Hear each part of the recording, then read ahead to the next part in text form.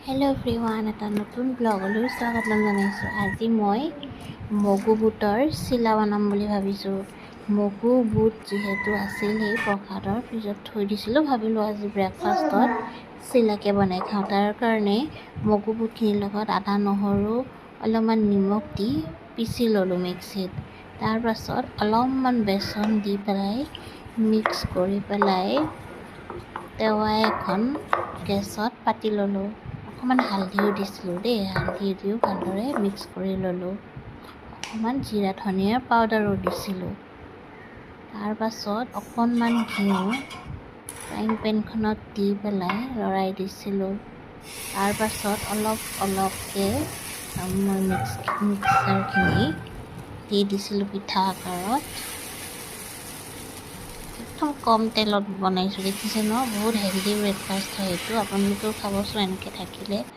যোনে কেঁচা বুট মগু খাব নোৱাৰে এনেদৰেও খাব পাৰে। তাৰপিছত মই ইলুটি শিলুটি কৰি পেলাই এনেকৈ হৈ গ'ল মোৰ মগু বুটৰ চিলা। অকণমান চচ দি খাইছোঁ, বিৰাট ভাল লাগিছে খাই। আপোনালোকেও খাবচোন এনেদৰে বনাই।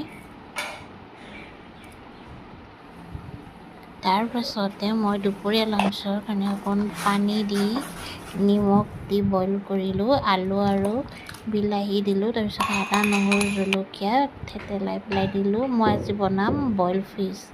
তাৰপাছত মাছকেইডোখৰ দি ঢাকন দি উতল আহিবলৈ দিম।